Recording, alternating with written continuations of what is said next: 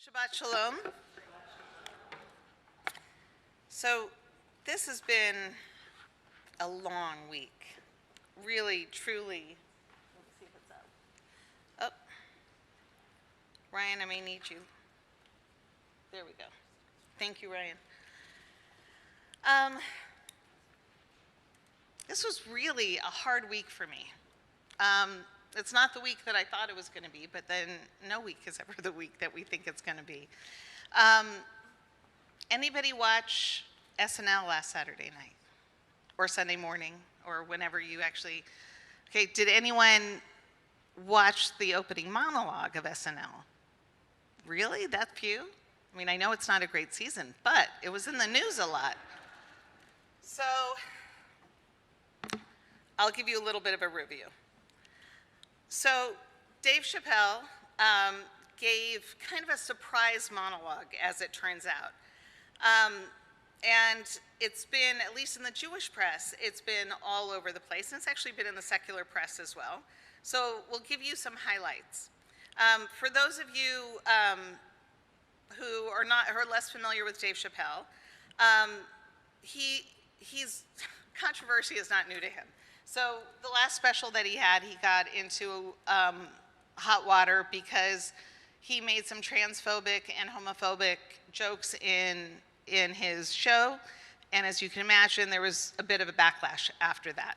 And so SNL said, hey, let's invite somebody who courts controversy and believes that you can say whatever you want, whenever you want it. Let's invite him to do a live show. Yeah. So if they were surprised that he switched out his monologue between the final rehearsal and the show, joke's on them. So anyway, so Dave Chappelle is a firm believer that that a comic and anyone should be able to say what they want whenever they want. So I'll give you some of the highlights. He actually, if you look at it just as comedy, it was actually probably the best part of the show. But here are some of the highlights. So he began by reading a statement. I'm going to read some of this to you because I'm assuming it's too small for anybody who's my age or older. He started out with reading what sounded like a sincere apology about anti-Semitism, where he says, I denounce anti-Semitism in all its forms and stand with my friends in the Jewish community, and then said, and that, Kanye, is how you buy yourself some time. So he used the controversy with Kanye as kind of an opener for some of his jokes that didn't fall well with most of the Jewish community. So he went on to say that Ye, Kanye is now officially Ye, had broken the show business rules, which are the rules of perception. So not saying that anti-Semitism doesn't exist, not saying that there's not a lot of Jews in the media, but there's certain things you shouldn't say. And then he goes on, one of his other jokes, if they're black, then it's a gang. If they're Italian, it's a mob. But if they're Jewish, it's a coincidence, and you should never speak about it. He then went on to talk about the abundance of Jewish people in Hollywood, but he said, that doesn't mean anything. There's a lot of black people in Ferguson, Missouri. Doesn't mean they run the place. So when I was watching, I thought, oh, good, he's going to use that as an opener to debunk anti-Semitism. I was wrong.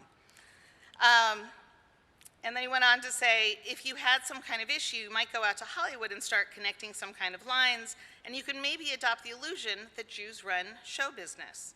It's not a crazy thing to think, he said, but it's a crazy thing to say out loud. So instead of debunking anti-Semitism, in a much more creative, articulate, humorous, intelligent way, he was able to say what Kanye really couldn't say, because unfortunately, and I really think that if people don't see this, it's insane, Kanye is not well. This is clearly a man who has been struggling with mental health issues, and that became pretty apparent when he started wearing a White Lives Matters t-shirt or said slavery was a choice. That's, yes. By definition, slavery can't be a choice, but anyway, he said all sorts of, he himself has said things that are literally crazy and things he himself wouldn't have said a few years ahead. So he took what were kind of the sad, crazy rantings of a man who's ill and he elevated them. And he brought them to a level that Kanye never could have himself. As Adam Feldman tweeted, that Dave Chappelle SNL monologue probably did more to normalize anti-Semitism than anything Kanye said. Everyone knows that Kanye is nuts, Feldman wrote. Chappelle posits himself as a teller of difficult truths, and it's worse. It is worse, because the messenger matters. Who is sharing the message matters. Dave Chappelle is a prominent, respected member of kind of the comedy elite. You know, he's kind of, old guard doesn't sound right, but all the guys that used to be the young up-and-comers, we're all getting really old now. And so he's kind of, isn't it sad? But yeah, he is part of, like, you know, the guard of he's part of the group of old or older men who are the deans of comedy. So let's look at, these are just two reactions that we saw this week. We saw that in Chicago, a Jewish cemetery was vandalized. This isn't even like the first time this month that a Jewish cemetery has been vandalized. I don't know if you could see it, but the red paint on this couple's headstone says, Kanye was right. Now, I really don't understand why people who are bigots can't learn how to spell, but that was really something we've seen over the last 6 years, that spelling and grammar amongst people who are bigoted, atrocious. Maybe they need to go to school a little bit more. The post on the right was really heartbreaking to me. For those of you who know Judy Paniton, who's a longtime member of our congregation, she posted this. This was a post that her niece put up. And let me make this a little bigger. This is just outside of Washington, D.C. It says, "No mercy for Jews." Part of the reason this really broke my heart is because both of Judy's parents were Holocaust survivors. And I can just imagine how scary and upsetting it must be for her to see this, especially so close to where her niece lives. And as you'll see in an email that we'll send out Sunday, we got a disturbing phone call this week at the temple as well. One that worried us enough to call local law enforcement, to have them come over, to check out our property, to patrol it, to send extra patrols, to park a car the last couple days in the parking lot, and for them to contact the FBI. Words matter. The messenger of the words matters. Words turn into actions. At the beginning of the book of Deuteronomy in Hebrew, it says, Elah hadevarim. It can be translated as, these are the words, or these are the things. In Judaism, we believe that words are actual things. They change the world. They change our lives. And when people in prominence use their words to harm other people, it's dangerous. One of the things that really bothered me with Chappelle's comedy, or not comedy, but with his routine, was the Jews. He had it wrong. It's not that it's bad whenever somebody puts the word the and Jews together. It's when you put the and any group together. The Jews, the blacks, the Asians, the whatever. Because when you do that, you take away people's humanity, you take away their individuality.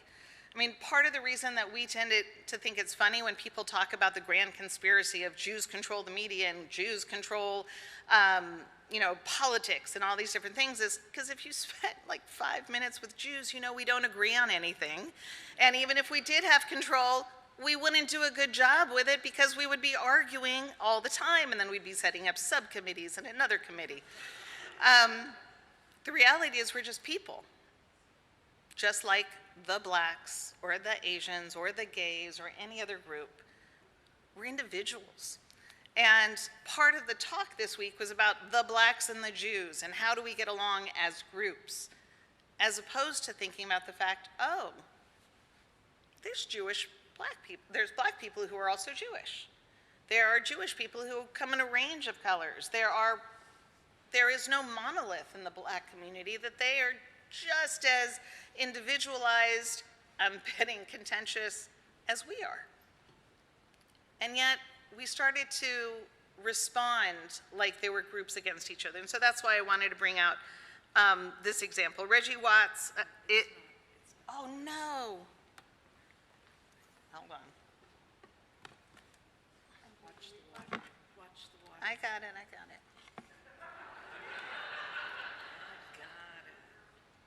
Okay, hold on. Let me get the bigger view out. Okay, so Reggie Watts is a comedian and a musician who's on late night. I think he's on the James Corden show. And so he responded. He's not somebody he doesn't really tweet about politics a lot. He's a musician, and that's his main thing, as well as being a comedian. So he responded right away, saying, in response to Chappelle, "You were right, anything in comedy is fair game. But hack jokes at the expense of others is most certainly not unifying in any way. It just sounds bigoted." And he called Chappelle out. Just because you can say something doesn't mean it's the right thing to do. Doesn't even mean that it's funny. And so he got a lot of back and forth and a range of people of supporting what he had to say and criticizing it. I want to show you two other responses. This is, I think, one of my favorite ones. No, not the Jon Stewart picture. I don't know if you could see. Jon Stewart was on Stephen Colbert. But rather a man named Elad Nahorai, a black Jew who is formally Orthodox. I think his main identification now in Judaism is creative, artistic writer. So he's formally Orthodox, still Jewish, but is also an activist. And he wrote a really good response to Jon Stewart, because Jon Stewart was basically also presenting an excuse for anti-Semitism. So we're not going to go through the whole article, but I want to bring some highlights out. So one of the things that Elad says is that, referring specifically to Kyrie Irving's recent suspension from the Brooklyn Nets, Stewart said, "Penalizing someone for having a thought. I don't think that's a way to change their minds or gain understanding." When asked by Colbert later in the interview to explain what his solution was, Stewart said, "The only way to heal a wound is to open it up and cleanse it." This is the classic marketplace of ideas point made by many liberal-minded free speech absolutists. For years, they have argued that hate speech and other forms of dangerous language should not be censored, but countered with better speech. But racist views and hateful beliefs are not solved by having an open discussion. Making these ideas unpalatable requires having societal consequences for those who hold them. We do not want to have a discussion with pedophiles as to whether child pornography should be legalized. We want to make the idea taboo. And he's right. One of the things that we've seen in recent years is societal taboos to be overtly racist, to be overtly misogynist, to be overtly anti-Semitic. It's no longer taboo. When we have elected officials who can play footsie with David Duke and the Klan, and there are no political repercussions to it, means it's no longer a taboo topic in our society. He continues by saying, unless you think the example is extreme, our social media sites that do not regulate discussion, even child pornography, can become normalized, as has been proven time and again. When hate speech flows on social media, violence follows. He continued by saying that anti-Semitism is not solved through low expectations. And Stewart told Colbert that the people who have been recently getting attention on the national stage for their anti-Semitic remarks have been black men: West, Irving, and Chappelle. This has been a sensitive subject for many, myself included, says the author, in the Jewish community, who are trying to find a balance in their approach to calling out anti-Semitism regardless of the race of the person involved.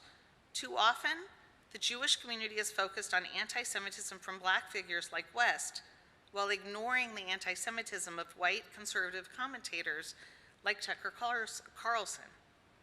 Jon Stewart's approach to this difficulty was to minimize it and to quote, of all people, Kanye West, "Hurt people hurt people." Stewart went on to say, "Look at it from a black perspective. It's a culture that feels its wealth has been extracted by different groups, whites, Jews, things. Whether it's true or not is not the issue. That's the feeling in the community." Is Jon Stewart black? How can he speak from the black perspective? he could speak from the Jewish perspective, and he did that quite well as part of that interview with Colbert, as he denounced blueberry bagels, and rightfully so. But he shouldn't be speaking from an experience that's not his experience. And the author goes on to say, what sounds like an attempt at empathy is actually its own form of racism. It's the belief that black people as a whole are and have a good reason to be anti-Semitic. As Soraya McDonald, senior culture critic for Anscape, the Black-led media platform, put it, he basically advanced the false and ahistorical idea that black people are generally anti-Semitic.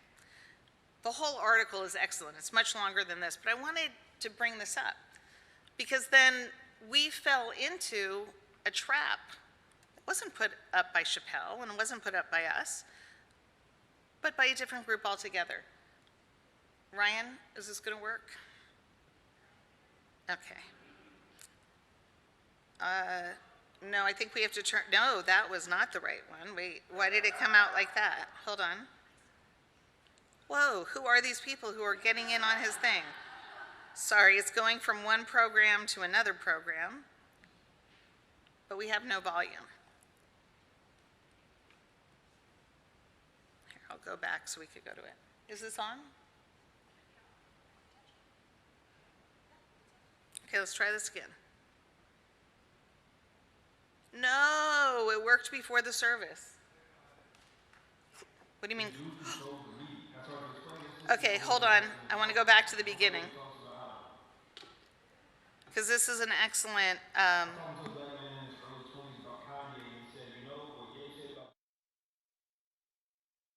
Kanye, and he said, you know, what Ye said about Jewish people was true. They do control the media. I started to explain, that's just an old anti-Semitic talking point. Like, nobody ever talks about how the energy sector is controlled by white Christian men. People only mention Jewish people in the media to impact you in a certain direction. He said, how can it be anti-Semitic if it's positive? We saying they got money and they stick together. A lot of times when we talk about Jewish people in the black community, it's framed as if it's a positive. They don't waste their money. They build generational wealth. They invest in businesses. But those actually aren't our original ideas about Jewish people. Those are stereotypes that were given to us. Why would people who hate Jewish people pass down stereotypes that sound positive? When you think of the typical stereotypes about black men, what are they? Dumb, angry, volatile, wasteful, only useful for physical tasks, not useful for using their brains.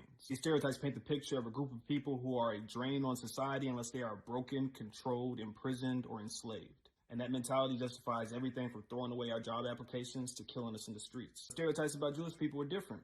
They control the media, they stick together, they keep their money to themselves. Those stereotypes paint a different picture of a group of people who can compete with, outperform, and even subjugate white people in the open market. Why were white supremacist groups walking through Charlottesville chanting Jews will not replace us? Because while black people are painted to be a drain, Jewish people are painted to be a threat. And they have very specific ideas about what to do with a threat. They just need more support for those ideas. But those stereotypes didn't come from us, and they're not meant to benefit us. They're meant to pit one group against another.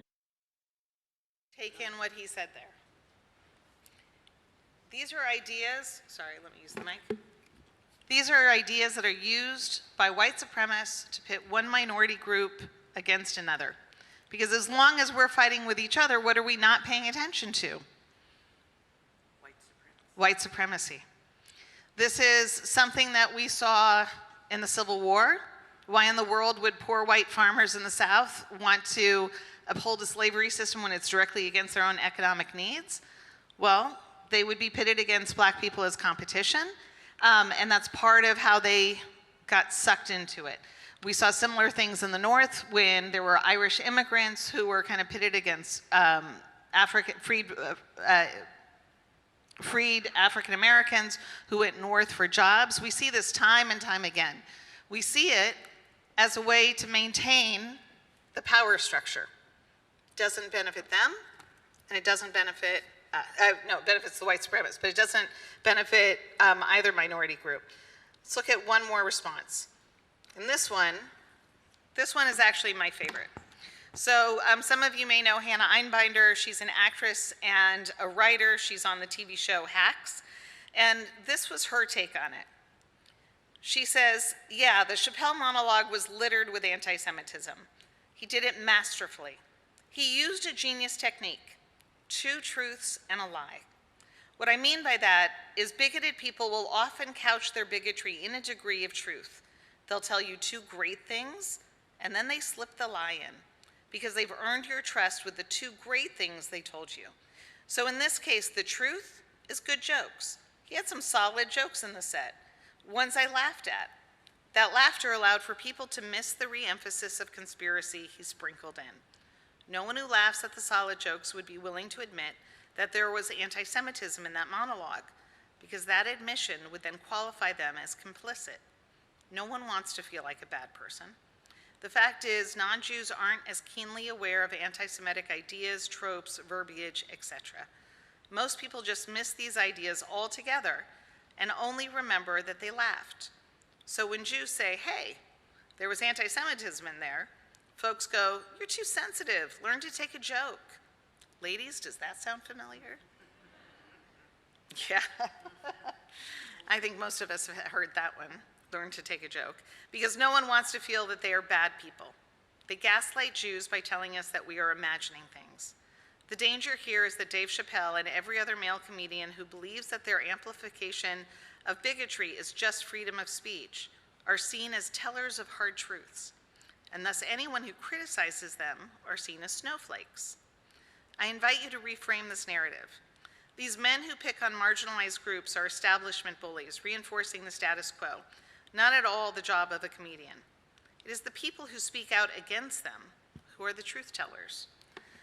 Now, when I first shared this with my husband, he, being a man, was a little taken aback by Hannah Einbinder not calling out Dave Chappelle for being in the power structure and making these critiques, but why did she say male comedians? Where's Annie?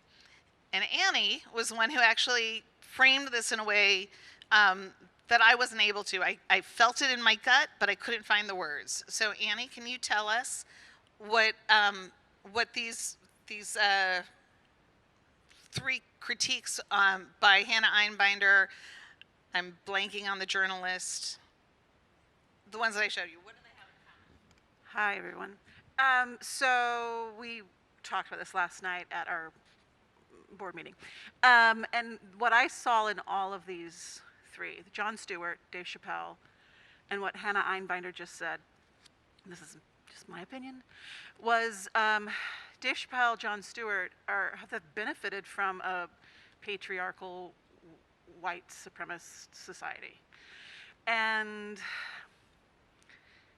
as many people who get to a certain point have lost some touch with the world around them, as it is for most of us. And men, sorry, these two men, they are in that, they've benefited from the structure. Comedy is a very, so for those who don't know, in Annie's previous life to Sacramento, she's also an actress and has done comedy work. Would you say that comedy is a very female-friendly profession? It is not. So what do you think about that idea? That really what this is about is power. Dave Chappelle and Jon Stewart, fabulously wealthy, fabulously successful, people sometimes who are in a more rarefied setting like that sometimes don't necessarily feel the same effects. You're allowed to disagree with everything I've said and presented to you. But I want to ask you, what are some of your reactions? Because judging from the calls and the emails that I got this week, most Jews I knew were not really thrilled with the monologue. Have I just bummed out your Shabbat so much that no one wants to talk? Yeah, Nina. And for those of you who are new or visiting, you're allowed to contribute to the conversation as well. So I have the same reactions that many people have, and it would take me too long to go through every point. But I watched the SNL monologue on YouTube, and then I looked at the comments. And then I also went to the Saturday Night Live, one of their pages where they had the monologue also with comments. The comments were all supportive and all saying that, oh, this was this was perfect. This, it's all true. So yeah, there was, and a few people did contradict that, but they were immediately put down. So I think the consensus is that, well, a lot of us didn't want to object, because then of course we'd get shot down. And to be honest, these days we tend to be afraid of literally being shot down. Any other thoughts or reactions either to the monologue or the critique? So what can we be doing? What can we do to combat anti-Semitism? What can we do, or should we be saying in response to this? No one? How do I have a room full of, like, where? Who raised their hand? Excellent. Our visitor from LA. Welcome to SAC. Hi everyone, Shabbat Shalom. My name is Gabriel. I live in Los Angeles, but I'm visiting family from LA. I'm an East African Jew grew up in Kenya. But watching the Dave Chappelle monologue, last week I watched it on Saturday morning, actually Sunday afternoon, and that was about 8 hours online. There was 4 million views. 4 million in less than 12 hours. Astounding. And I was in shock because I couldn't believe someone could say that about Jews, about just normalize anti-Semitism. And like someone said, when you read the comments, they were shocking because there were people that were agreeing with what Dave Chappelle was saying and affirming what Kanye was saying. So what can we do? I think we should try to promote allyship with, as you said, with Black communities, other communities that are oppressed or have been oppressed in the future, and try to have allyship within the Jewish community so we can combat these people that are promoting anti-Semitism. And I feel like every year something comes up. For the last 5-6 years I've been, around this time, something does come up, and every time I think it's going to end, and then the following year it comes back again. So what I'm trying to do myself as part of the Jewish Federation of Los Angeles community, we're trying to promote allyship with other communities, with churches in Los Angeles, and I challenge everyone else to find people that are allies to the Jews and try to combat these people that are trying to destroy us. Shabbat Shalom. Thank you. You gave the exact answer I was hoping someone would give. So 1 second, then Claire, you get to be next. Allyship is essential, and not just when there's a crisis, and not just when we want somebody's help, but in the everyday, getting to know people in a normal situation. One of the great pleasures of my life over the last 6 years is to be part of a group called the Sisters of Salam Shalom. And it's a group of Muslim women and Jewish women. Actually, I think some are in here. Raise your hand if you're part of, is it just me and Cantor in here? I thought there were some others. Great, so some others as well. And it's been incredible because it's about getting to know each other and talking with each other, not when there's a crisis, but every single month, and actually building real relationships. So when something goes on, they're not thinking about the Jews, and we're not thinking about the Muslims. It's like, oh, those are our friends. These people are part of our community. I wonder what's going on with them. I wonder what they're experiencing right now as well. And that's part of what allyship is about. It's not just being there in a crisis. It's about actually getting to know people. Claire? Shabbat Shalom. I'm Claire DeVries and a member of the Jewish Community Relations Council here in Sacramento, along with Jason. And one thing that we do that you all can join us in doing is relating to our community, like you were talking about, and supporting other communities in their times of need, and they support us as well. One interesting program that we're supporting is having Jewish high school students go and talk to places that might need to hear from a Jewish student, and I think that also helps in these situations. So. Is JCRC still part of the Latino Jewish Alliance? And so it's important for us to look not just as America has this great way of literally seeing things in black and white and forgetting that there are a whole multitude of groups and communities that we really need to be listening to, paying attention to, and simply getting to know as human beings. And as Jews, I think this is really critical because this is how the Torah begins. The Torah begins with the creation of a single human being. The Midrash says that when God was going to create Adam, means human being, not a man, but Adam means like an earthling, that God went to the four corners of the earth and gathered brown sand and black sand and white sand and red sand and yellow sand, and from all of those different earths created the first human being. And God said, why, or the rabbis say, and why would God create all of humanity from a single human being? And so no one could say, my Father is better than yours. We all come from the same place. We're all human. And that is what our religion reminds us and teaches us to never, ever forget. Not to see people as other, but to see people as our family. And so I hope I haven't totally ruined your Shabbat. But I do hope that you seek opportunities in the days and the weeks and the years to come to create allyship. That could be through a formal organization. It could be being part of the JCRC's work, part of the work that we do at the temple and our many different social action groups. Or it could simply by get to know your coworkers as people, not just as workers. Get to know your neighbors. Talk to people. Learn who they are. And Cantor's going to ruin my beautiful summary by adding something. No, I'm Go not. for it. I was just thinking that it is important to make allies and connections, but it's also important to engage our children.